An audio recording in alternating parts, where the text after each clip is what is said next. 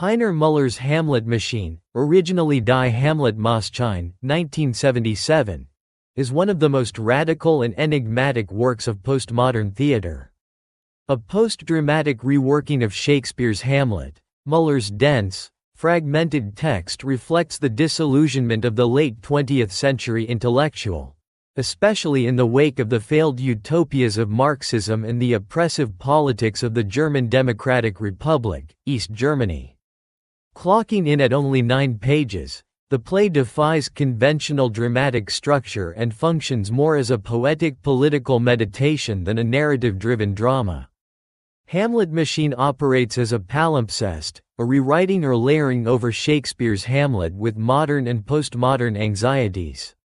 Müller deconstructs both character and plot to explore identity, ideology, history, and the breakdown of meaning. The work is often seen as a meta-theatrical commentary on both the role of art and the paralysis of the intellectual in an age of political and moral crisis. Hamletmachine is divided into 5 parts: Family Album, The University of the Dead, Schwarzenberg, Pest in Buda, Battle in Vienna, Wildstraub mit tragischem Abgang, Wildstraub with tragic exit. Each section dismantles traditional narrative and character logic. Instead of linear storytelling, Müller employs disjointed monologues, dense poetic language, and provocative imagery. Part 1. Family Album. The play begins with a direct reference to Shakespeare's Hamlet, with the central figure stepping out of the role. I was Hamlet. I stood on the shore and talked with the surf bla, the ruins of Europe in back of me. Here, Hamlet acknowledges the death of character and art. By declaring, I was Hamlet, the speaker distances himself from the classical character and assumes the role of a modern intellectual confronted by the wreckage of post-war Europe. This Hamlet is self-aware, ironic, and detached. The reference to the ruins of Europe situates the narrative in the aftermath of political collapse and historical trauma, possibly post-World War II or post-Soviet disappointment. In this part, the family is likened to a prison, and the speaker suggests his emotional and psychological entrapment within bourgeois ideology. The domestic sphere is infused with death and decay, and identity is fragmented. Part 2. The University of the Dead.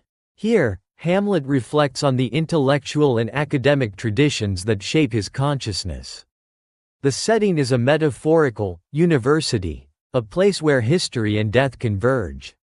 My drama is no longer Hamlet, it is Hamletmachine. This line asserts the transformation from Shakespeare's psychological drama into Müller's political machine. The speaker is caught between historical determinism and personal impotence. The monologue reflects the paralysis of the intellectual, one who studies revolution and trauma but cannot act meaningfully. He muses on violence, history, and women, particularly focusing on the image of Ophelia as both victim and resistor. The text reflects on the failures of political ideology to deliver liberation, particularly for women and oppressed groups. Part 3. Schwarzenberg. This is a short and cryptic interlude, referencing the brief post-World War II autonomous zone in Schwarzenberg, Germany, a momentary gap in Soviet and American occupation. This section functions as a symbol of utopia, of a momentary possibility outside state control. It is a flash of revolutionary hope, instantly snuffed out. The image suggests both a longing for an impossibility of real autonomy or radical freedom. The narrative is almost entirely poetic imagery rather than action. The voice speaks of corpses, war, and failed revolution. Part 4. Pest in Buda, Battle in Vienna. This is the most overtly political section. It draws on historical events, particularly the Hungarian Revolution of 1956 and the suppression of uprisings in Eastern Europe. The stage direction suggests a chaotic environment, with female revolutionaries, burning books, and radical gestures. Ophelia, in particular, is reimagined as a symbol of resistance. Ophelia's heart is a clock.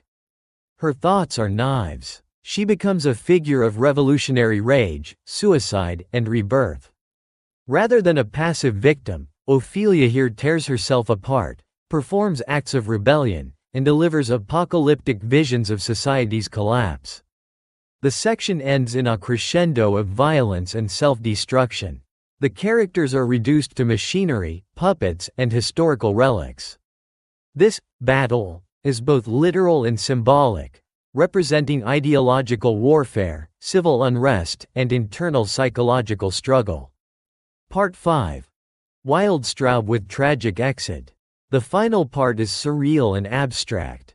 It features the image of a woman covered in kitchen knives who becomes a statue of ice and explodes. The speaker declares he wants to be a machine. This desire reflects a wish to escape human emotion, history, and consciousness, to become pure function. The play closes with the disappearance of self, the end of drama, and the disintegration of meaning. I want to be a machine. Arms to grasp, legs to walk. No pain, no thought. This line is simultaneously a cry of despair and a rejection of the burdens of human consciousness. The tragedy is not in action but in the failure of action, in the loss of hope and the dehumanization of the self. Analysis. 1. Post-dramatic form. Hamletmachine is a quintessential example of post-dramatic theater, a term developed by Hans Thies Lehmann to describe theater that moves beyond Aristotelian structures of plot, character, and catharsis.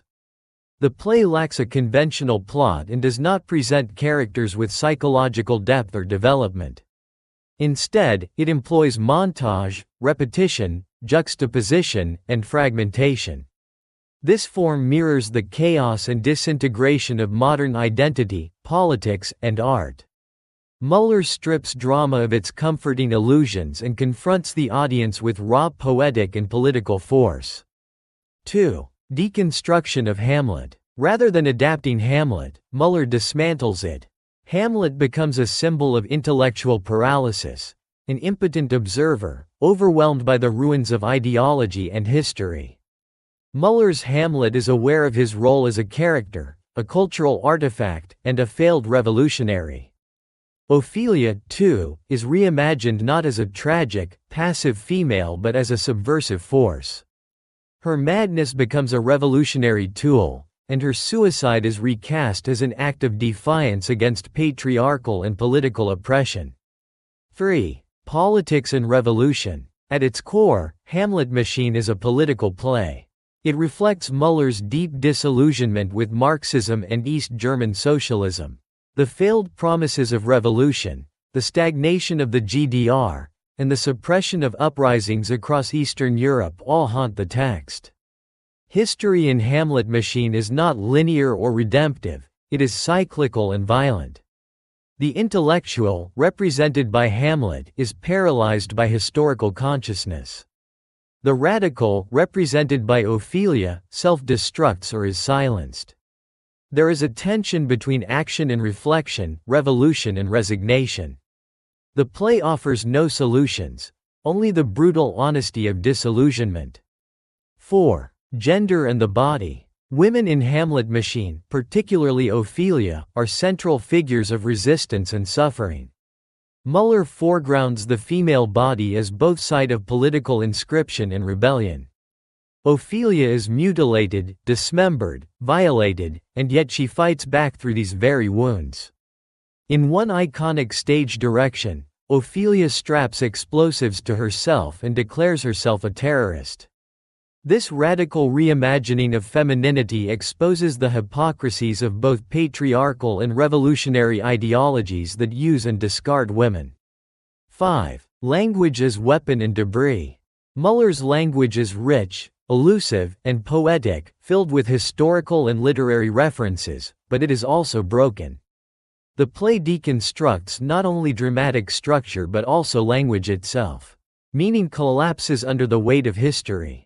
There is a self-consciousness in the text. Language is seen as contaminated by ideology.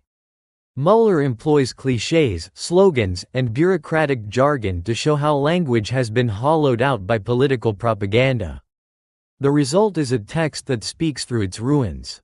Every word carries echoes of failure and decay. 6. Machinery and dehumanization. The title Hamletmachine suggests both transformation and loss. The human becomes mechanical. Müller's Hamlet wishes to shed his humanity, to become a machine without pain or thought. This reflects a desire to escape the burdens of history, ideology, and emotional suffering. But it also reveals a terrifying truth: modernity, with its wars, ideologies, and technologies, turns people into machines.